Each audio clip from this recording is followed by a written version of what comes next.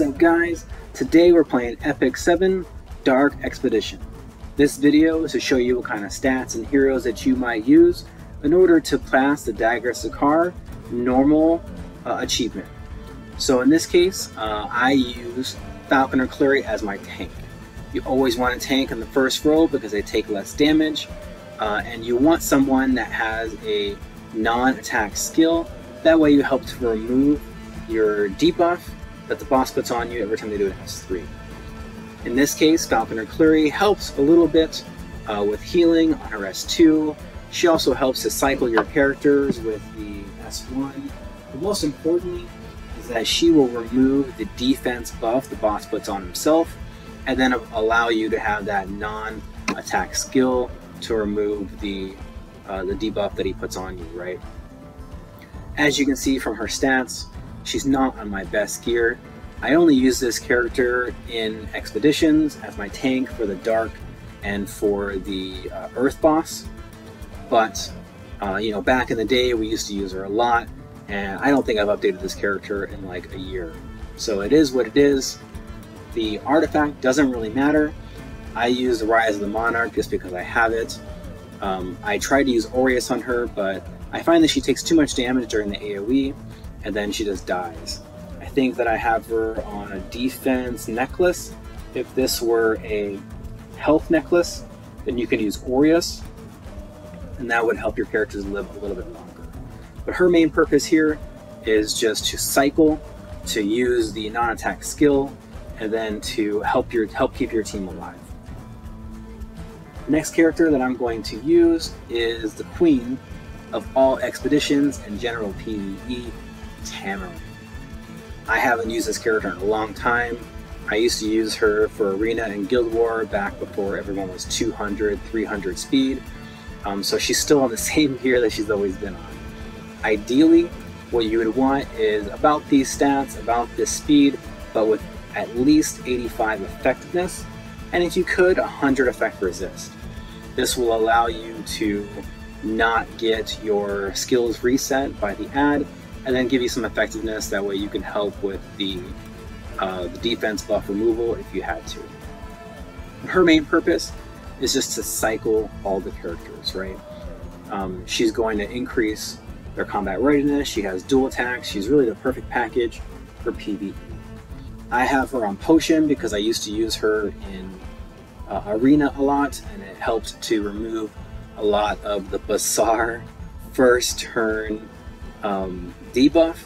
But again, you know, I haven't used her in a while.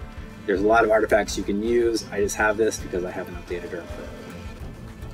The third person that you're gonna use is Cerise.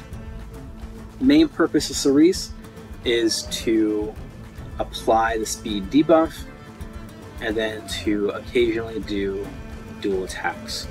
I also have her on an artifact to give her a 1% chance, or give her a 1-turn defense break with a 45% chance. This does come clutch occasionally when either heroes get resisted, but there are other characters you can use here too. For a long time I used Dizzy.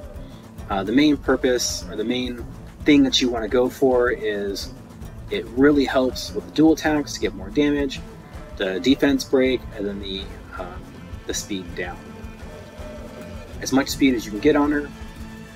I haven't used her in a very long time, and then effectiveness at least 85. So she's just on leftover gear that I have, nothing special. This is just a character that I use for expeditions. And then lastly, I use Landy. So Landy is a great character. She's limited, but you can swap her out for other damaging characters that you have. The biggest thing I like about Landy is that she does cycle some of your other characters with the 15% combat readiness. She also increases speed, which helps you cycle even faster. And then she has that defense break, or defense penetration on S3. So she does a lot of damage. My Landy is pretty average. I used to use her in PvP and Guild Wars, but I can't really use her anymore because I don't have a maxed out guiding light. And then when everyone started using Milim, then you know she got totally wrecked. So She's not on my best gear again, but this character is just, I just use her for expeditions now. She's one of the best characters in the game. If you really wanted to invest in her, mine's plus 15, then you wouldn't regret it. But she's here for damage. A lot of other characters you can use. I tend to use Sid quite a lot, but I kind of felt bad that Landy wasn't getting used. So I don't know. She doesn't care. I mean, she's like, it's cool. But at one point she was carrying me quite a lot, so I want to use her when I can, but she really needs an update in gear. The main thing here is that on turn 1, if you're faster than 200 speed, that you're just going to S1, let the boss S3, and then start your actual battle. You can hit auto or you can do it. The reason for this is because the boss will remove your buffs and their debuffs when on that first turn. So you don't want to buff or debuff them and then suddenly it's gone and then you have to start all over, right? So whenever you're doing this kind of expedition, just S1 on the first turn, let the boss go, then hit auto. Anyway, let's get on to the battle.